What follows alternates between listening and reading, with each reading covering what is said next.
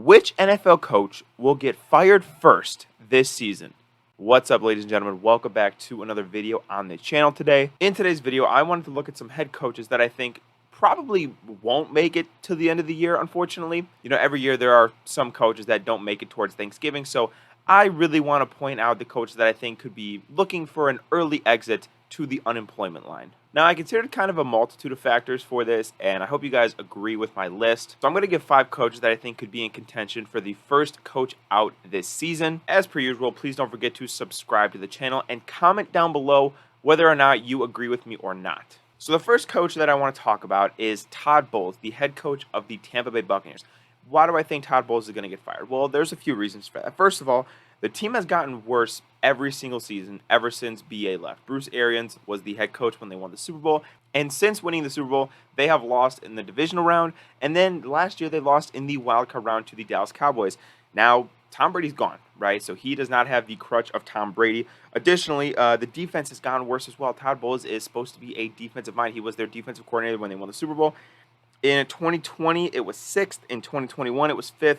Last year, it dropped down to 13th. It was a pretty mediocre unit. So if he is not going to be a defensive specialist and that offense is going to struggle the way that it's been, I really think that the Buccaneers are going to take a big step down this year. And I think that that could spell an end to Todd Bowles' tenure in Tampa Bay. The next coach, also a coach in the NFC South, could be Dennis Allen. I think Dennis Allen is possibly one of the worst coaches in the NFL. He has a career winning percentage of .283, so he wins 28% of his games, which puts him on average to win about 4 or 5 games a season. I don't think the Saints are going to be that bad. However, I do think that he is, again, kind of like Todd Bowles, a guy who replaced Sean Payton, a really, really good coach. And the Saints haven't really done much with Dennis Allen as their head coach. Now, the defense, which is his area of expertise as well, they're getting older. I mean, they aren't. Cam Jordan's not getting younger. Tyrann Mathieu's not getting younger. Marshon Lattimore's not getting younger. Demario Davis, right? So I think the defense might not be as good as people expect. And again, he's not an offensive guy, so the offense could struggle. I do think with Derek Carr, though, they'll stay just enough afloat to where firing Dennis Allen first is probably not the move. And their division's not very good, obviously. So I think he might get lucky. But if you're a Saints fan or if you're any decision maker in the Saints, does it really make sense to have Dennis Allen as the head coach of the future for your franchise? Another strong candidate for the early departure for their team is going to be Josh McDaniel. Josh McDaniel has a career winning percentage of 37.8. He wins about 37.8% of his games. Not good at all, right? They lost their franchise quarterback in Derek Carr and replacing him with Jimmy Garoppolo, which is just about as big of a downgrade as you can possibly get. It's second only to the Buccaneers losing Brady and getting Baker. And if you look at Josh McDaniels, right, he has done good work as a coordinator in his career, but he has never been a successful head coach. It did not work in Denver. It is not working in Vegas. And I think with the division being so good and the AFC being so good, the Raiders are going to struggle. They're going to falter behind with Jimmy Garoppolo. Their defense is still going to be hot ass. And I think that he is going to be an early candidate to leave. Now, 2 things he has a benefit that most coaches don't have. There was a report earlier this year that the Raiders are just so shit broke that they don't have the option to fire him because they're still paying John Gruden. They would still be paying Josh McDaniels, and then they would obviously be paying whatever coach they replaced him with. They probably don't want to pay 3 coaches at once, which makes sense. And now that Tom Brady is a partial owner of the Las Vegas Raiders, he is going to pound the table for him because that's his guy. That was his offensive coordinator for many years in New England. He definitely likes Josh McDaniels, and Brady's voice is going to be a loud voice, and it's going to be a powerful voice. So I think that he will postpone Josh McDaniels' firing as long as possible. Is that deserved? Probably not. But Josh McDaniels is a guy who is probably going to get lucky and won't be the first coach fired, but he probably should be. 2 other guys that I think make sense for being the first coach fired. First of all, I got Ron Rivera. Ron Rivera was really good for his years in Carolina, but ever since he's left Carolina, I just don't think he's been the same coach. He's gone 22, 27, and 1 in Washington. He's 5 games, sub 500. Not great, unfortunately. He's kind of had a lot of years, and there's just been the whole mess at the quarterback situation. If Sam Howell doesn't work out, I mean, you're looking at years of just bad quarterback situations, bad quarterback decisions. And Ron Rivera, I don't think is dominant enough on one side of the ball to justify him staying as a coach for a sub 500 team, right?